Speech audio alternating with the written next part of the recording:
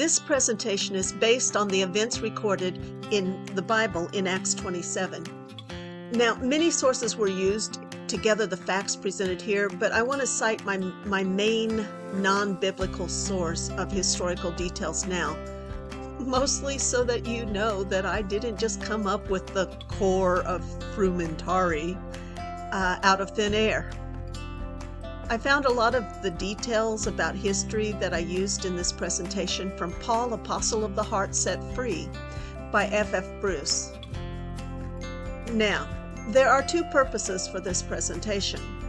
One is to dig deeper into a specific Bible passage. The other is to practice skills that will help you to understand any Bible passage better.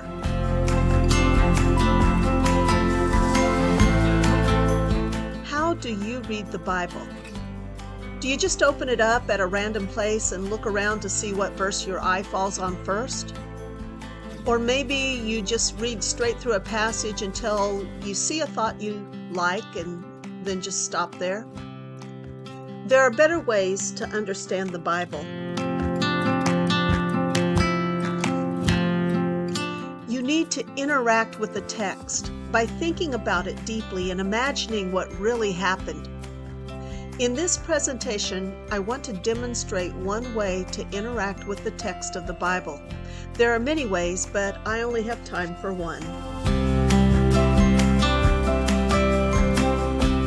I want to demonstrate using your sanctified imagination to interact with the text. Now, I didn't come up with the term sanctified imagination. I've heard a lot of pastors use the term. It means prayerfully putting yourself into the story so that it becomes real to you. Now, right now, I want us to put ourselves into the life of Paul and try to be there with him as he experiences an amazing adventure. In other words, I'm going to tell you a story.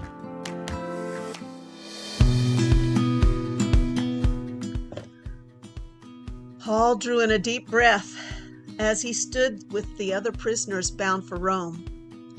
Some of them looked very depressed, but not Paul. He felt freer than he had for 2 years. Finally, he was on the move, heading for a destination that Jesus had shown him years before. Luke and Aristarchus stood next to him on the deck of the ship and watched as the shore quickly receded. Other friends had wanted to accompany him, but only these two had managed to gain positions that allowed them to be with him. Roman law allowed Roman citizens traveling as prisoners to be accompanied by a slave and a personal physician. But that was all. Luke easily filled the position of personal physician, but Aristarchus? He'd given up his freedom to become Paul's slave, just so that Paul would not face the future alone. It was good to have such loyal friends standing next to him today. Other people might be feeling discouraged about the future, but Paul felt content. They had started out on a much smaller boat, but now they were on a huge ship that could hold about 300 people. And actually, there were exactly 276 people on the ship now. That included soldiers, prisoners, crew, and passengers. The centurion in charge of the prisoners was called Julius. Julius was not a bad guy. He had let Paul visit friends when they had stopped at Sidon. Then Julius had used his authority as a member of the corps of Frumentarii to obtain passage on this giant ship. The corps of Frumentarii were in charge of the wheat shipments from Egypt to Rome. Without that important source of food, Rome would be in trouble. So centurions like Julius routinely traveled with the shipments to ensure that they reached Italy. And since this ship was transporting wheat, Julius had more authority over it than the owner himself, and Julius could decide what the ship would do.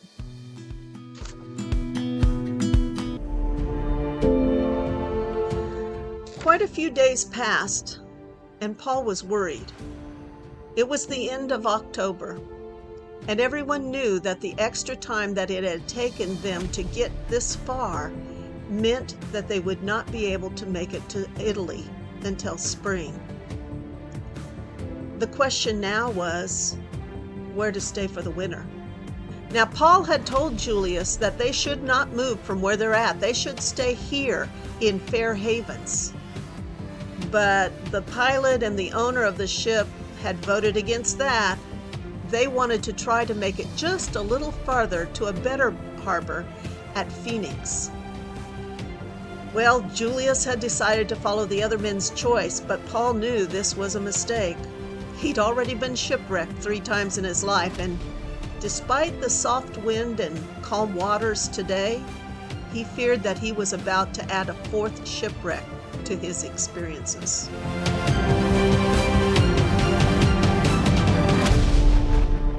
They took off in calm winds, but they hadn't gone that far before the ship was suddenly jerked by a strong wind that was blowing down off the island.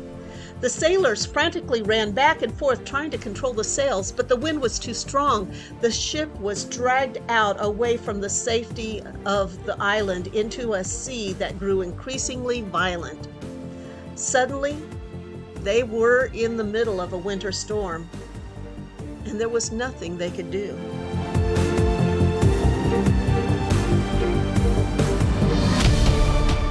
A while later, they didn't know how long, but they came to the island of Cauda. They couldn't reach it, but as they passed along the side of the island, for a few hours, they were protected. The ship was in such bad shape and leaking so badly that the seams in the planking threatened to split wide open. So, the sailors had used the time of relatively calm as they passed by Cauda to throw giant ropes around and under the ship to keep it from falling apart. They were also able to bring in the lifeboat and put it onto the deck. But the time of calm was soon gone as they passed on to the other side of Cauda.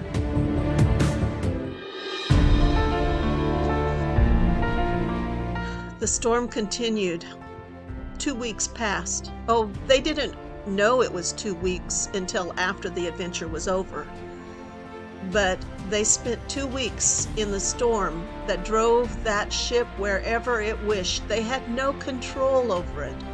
The storm clouds had covered the sun and stars for days, so at that time they had no idea where they were or even how many days they had been bounced around by the waves and the wind. Now, Paul knew that he would survive because Jesus had promised him that he would reach Rome. But the others on the ship, he didn't know about. He was worried about them.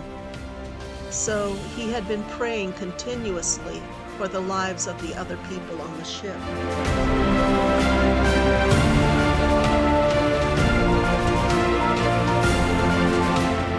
And Paul had an answer. So he went to tell people.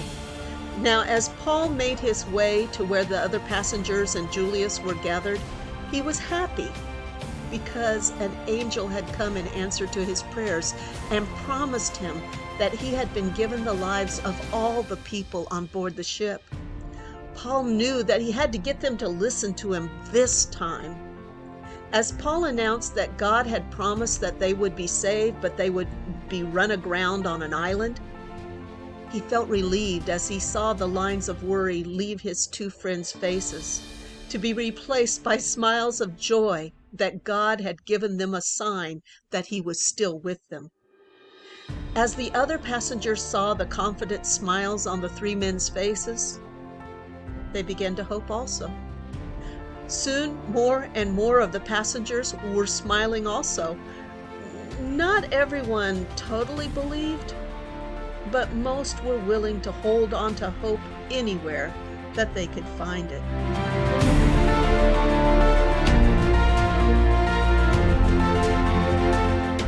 About midnight on the 14th night, the sound of the waves hitting a shore told them that they were near land.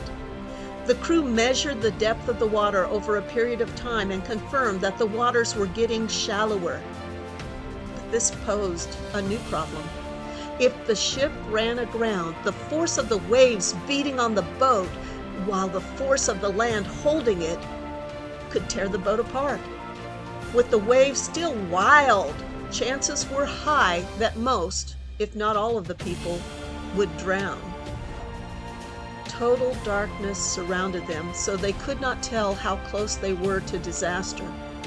So they threw out 4 anchors to slow their progress, at least until morning, when they could look out for rocks and try to steer around the rocks. They put the anchors out in the back of the ship to keep the front of the ship facing directly toward the island's shore.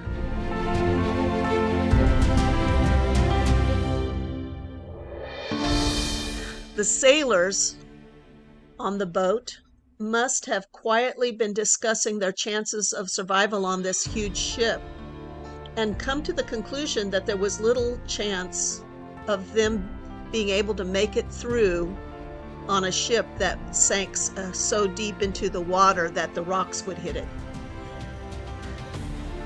But they thought if they took the lighter lifeboat, they would have a much better chance of survival.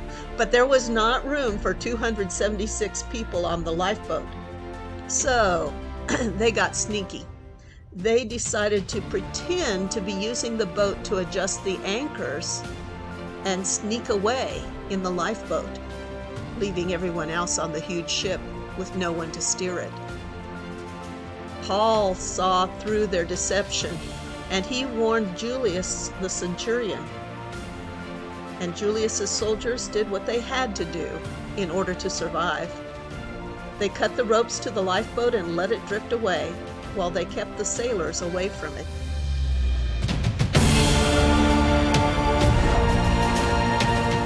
Six long hours passed as they waited for the dawn. Every minute, the passengers expected to feel the boat hitting rocks and breaking apart. Finally, the eastern sky started to lighten, and they realized that they had made it through the night. As their hearts started to lift a little, they heard Paul's voice telling them to eat, because today would be the day they were shipwrecked, and they would need all their strength to survive, so they needed to eat. Now, they shouldn't have believed this prisoner headed to Rome for trial. After all, his luck did not seem to be that good if he was a prisoner. But something about Paul's actions and words over the last 2 weeks had taught them to trust him. Now, as they watched him take food, pray over it, and begin serving it out, they took hope that everything would turn out all right, just as he had said. He had promised that not one of them would die. Now that it was no longer dark, the sailors knew that the time had come to let the anchors go so that they could drift toward the island.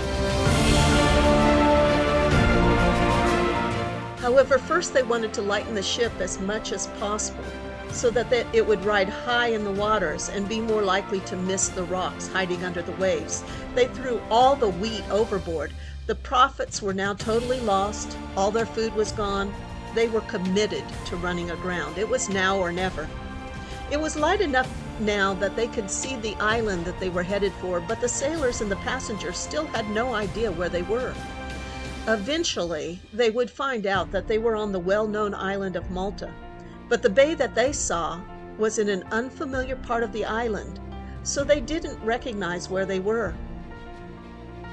Hope and fear warred in everyone's hearts as they saw the end of their 2 weeks of nightmarish sailing.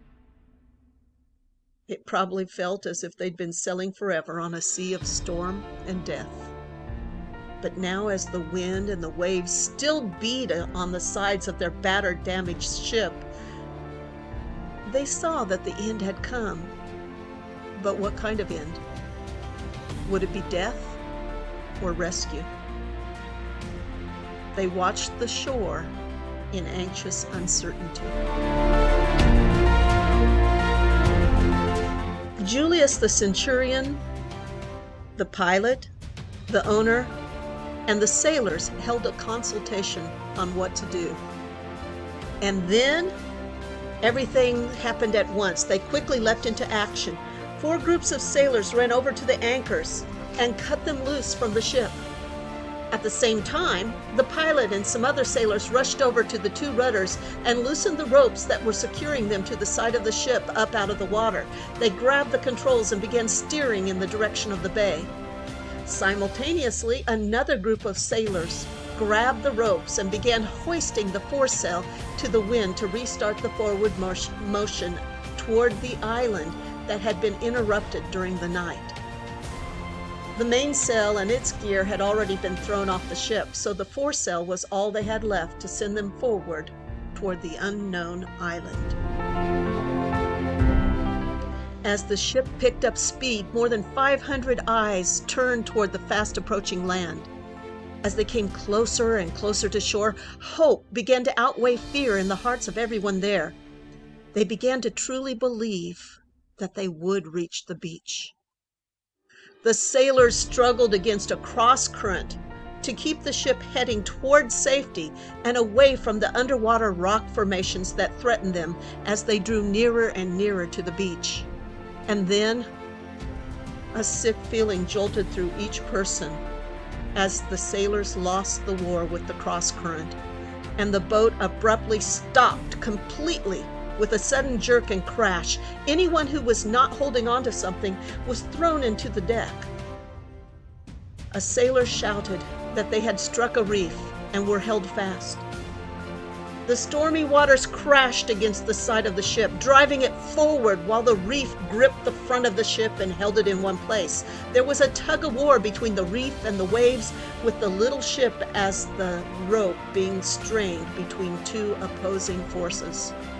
The sailors knew that the battered ship, which had barely been holding together for the past 2 weeks, because of the ropes that had been tied around the hull, would break apart at any moment. The decision was quickly made to abandon ship. The soldiers knew what they had to do, because their own lives were tied to not letting their prisoners escape. They would die if any prisoner escaped. So they began organizing the quick deaths of the prisoners.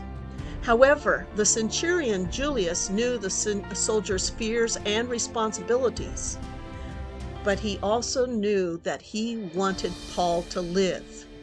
Now, it may have been mostly affection, but I think it was also superstition. Paul was Julius's good luck charm. Paul had given the best advice the whole time. If Paul were killed, they might all die because of the retribution from Paul's God. However, if Paul were safe, then all the rest of them would be safe. Julius took the responsibility for the possible escape of a prisoner upon himself and ordered his soldiers to let the prisoners live. Then Julius gave the order to begin abandoning the ship. He told anyone who could swim to jump overboard and begin swimming before too many pieces of the boat got into the water and became obstacles for the swimmers. Then the non-swimmers waited, and as the boat began to break apart, they grabbed pieces of it and hung on as the waves drove the piece and passenger towards the shore. They were still in the middle of a storm, so their passage to the shore was not calm and peaceful. Waves crashed over them, filling their noses and mouths with water, and in between they gasped for air until the next rush of water overwhelmed them. As they were driven to shore by the waves, each swimmer and floater clung to the promise of Paul that his God would protect them. They would all survive without serious injury. Paul, Luke, and Aristarchus prayed as they swam toward the shore, thanking God for never abandoning them. And I think that they probably helped others who were struggling to reach the beach. That morning, 276 exhausted, soggy humans dragged themselves up onto the beach of Malta, away from the waves. Some of them collapsed in exhaustion and relief on the sand, but others quickly turned back to the waves and helped more people out of the water to the safety of the shore. The nightmare was finished, and they were safe at last.